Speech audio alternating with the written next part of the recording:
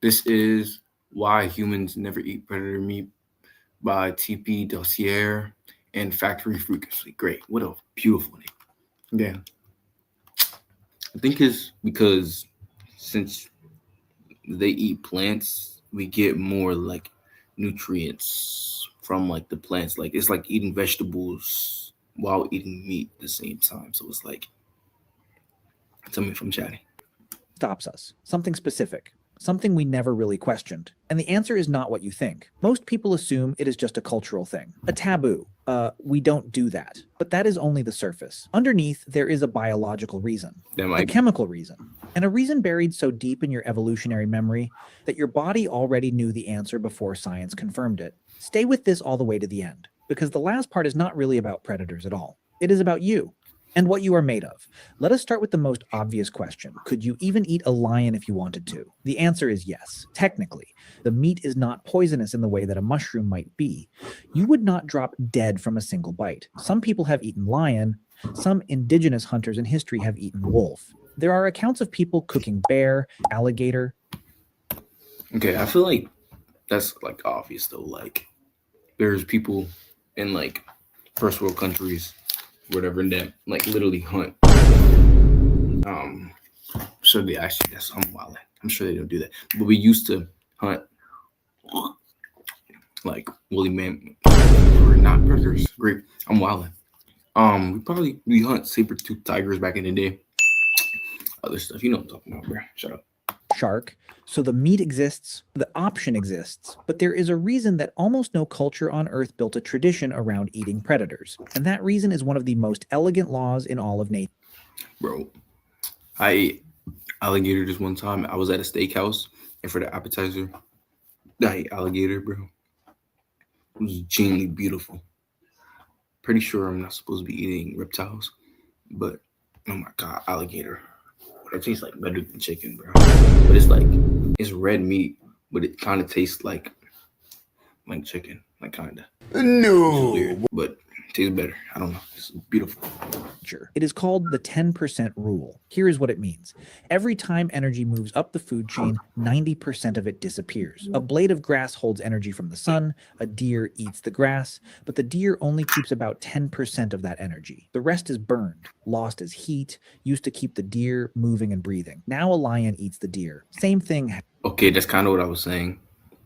Like not at all, but like it's like since they eat plants, they get the energy from the plants, and then they lose the energy. Like the lion loses more of the energy, so the protein and the health benefits and all that good stuff.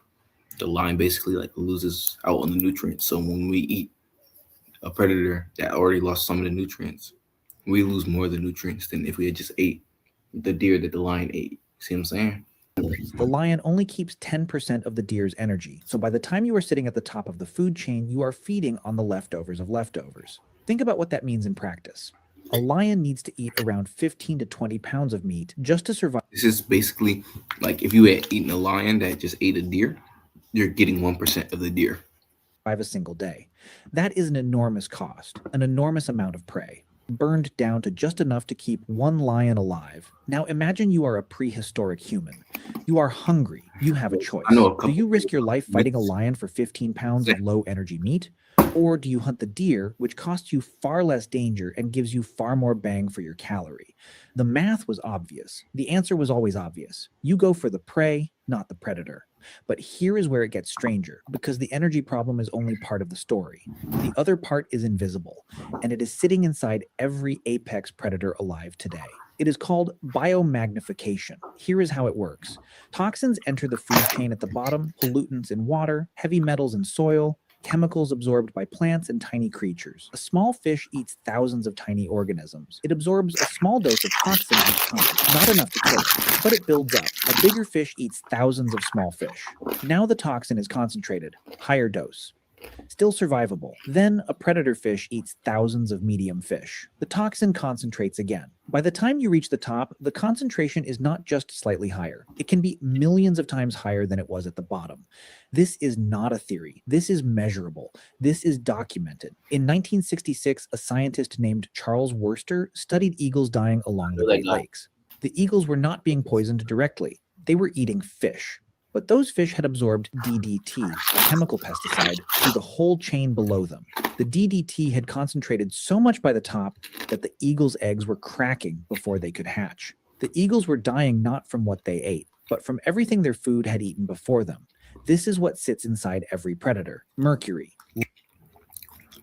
So lion is like potentially poisonous. Wait, that doesn't make sense. Because we're eating basically 1% of the deer when we eat the lion. And when we eat the deer, we're eating 10% of whatever it eats. How are the parasites getting more to us? I don't get that. That doesn't make sense. How are we getting more parasites with less concentration? Doesn't make any sense. Lead, PCBs, synthetic chemicals that the body cannot break down. They accumulate in fat tissue. They build up over a lifetime. You have already felt the edge of this yourself. You have been told to eat tuna carefully, not because tuna is dangerous, but because tuna is a large predatory fish, and large predatory fish sit high enough on the chain that their mercury levels are measurable, significant, worth monitoring. Now imagine eating a creature that sat even higher, a land apex predator, a bear, a wolf, an orca. The load inside those animals is not just higher, it is often extraordinary. And that is before we even get to the parasites, because predators The load inside those animals. Great. carry something else inside them, something your immune system would not enjoy at all. Predators eat raw flesh. Frequently, their digestive systems and muscle tissue host parasites that have evolved alongside that lifestyle for millions of years. The most famous is a tiny organism called Trichinella. It lives in the muscle tissue of carnivores. When a human eats infected meat without cooking it to the right temperature, the larvae hatch inside the intestine. They migrate into your muscles. Your body swells. Your fever climbs. The pain is severe. Historical cases were often fatal. Bear meat is one of the most documented sources of Trichinella in the world, and bears are the one large predator that humans have occasionally eaten throughout history. Yeah, I don't get it though. If there's less concentration, how is it more poisonous? Like, it just doesn't make any sense. Every culture that ate bear knew you had to cook it thoroughly, not because it tasted better, because if you didn't, the consequences were brutal. Now think about a true apex predator, an animal that has spent decades accumulating parasites, toxins, and biological baggage from everything it ever consumed. Your body is not equipped for that. It was never meant to be, but here is the part that... Wait, I think they're saying that because it eats, basically, even though it's a low concentration, it eats everything. Everything. Like, everything that ate something, it gets all of the nutrients from that. And that's basically giving it a higher chance of having a parasite. See, bro, I'm so fucking smart, yo. makes this even more fascinating, because there is a force even older than the chemistry, something that evolved inside you long before you understood any of this. It is disgust. Researchers studying human food psychology have found something remarkable. Humans have an instinctive aversion to the idea of eating carnivores. It is not just cultural. It appears in children before they have been taught it. It appears across cultures with no contact with each other. Paul Rosen, a psychologist at the University of Pennsylvania, spent decades studying the disgust response. He found that humans categorize meat from carnivores as deeply aversive at an almost pre-rational level. The explanation is evolutionary. Your ancient ancestors who felt nothing about eating a predator sometimes died from toxins, from parasites, from the chemical load carried inside apex carnivores. But the ancestors who felt a gut-level resistance, who found the idea unappetizing without knowing why, those ancestors lived, they survived. They passed that feeling down. You inherited it. Right now, if I asked you to imagine eating a juicy wolf steak, something in you would react before your brain finished the thought. That is not... No, it wouldn't. No one's ever heard something about predator meat and was disgusted because they don't know what it tastes like. Nobody knows what it tastes like. And if they do know what it tastes like, then they would be disgusted with it. It doesn't make sense. He's chatting.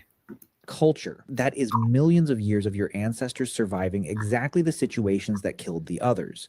Your disgust is your ancestral memory speaking. But now, here's the twist. Because not every predator is off limits, and the exceptions reveal something important. Humans do eat predatory fish with caution. We eat alligator, we eat bear, we eat shark in some cultures, we eat squid and octopus, which are ferocious hunters of the sea. What I think he's just gonna say it's different because the sea, like algae or whatever, doesn't have as much parasites as like the shrubs and the freaking grass and shit on the land, you know?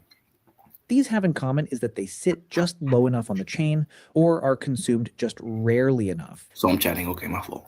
that the load stays manageable. The rule is not that you can never eat a predator. The rule is that the higher you go, the more dangerous the accumulation becomes. And the animals at the very top, the lions, the wolves, the orcas, the tigers, they have spent entire lifetimes concentrating what the whole world below them contained. They are not just animals. They are living archives of everything the food chain has touched.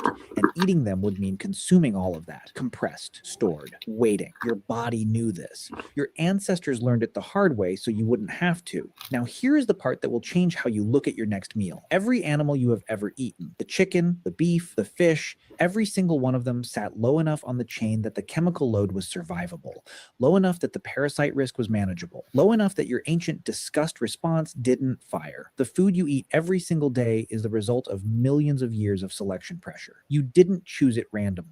Your entire culinary tradition was shaped by survival logic so old it predates language.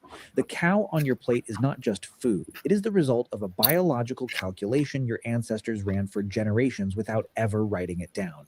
And the animals at the top of the chain, the ones you would never consider eating, they And I feel like this is chat. Like, even though it's probably true, yeah, and you would naturally be disgusted.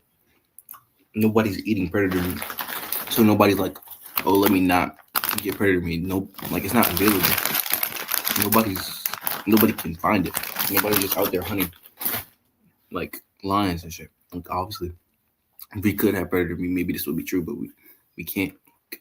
are there because that is where danger lives at every level, in every form. Predators are not just dangerous to hunt, they are dangerous to consume. The whole system was built to keep you away from them. And somehow, without chemistry textbooks, without microscopes, without knowing what a toxin was or what a parasite did, your ancestors already knew. They passed the knowledge down the only way evolution allows. They made it feel wrong. And you are here today because it worked. Or just maybe, I'm here today because they just don't sell predator meat. Maybe, like maybe that's why.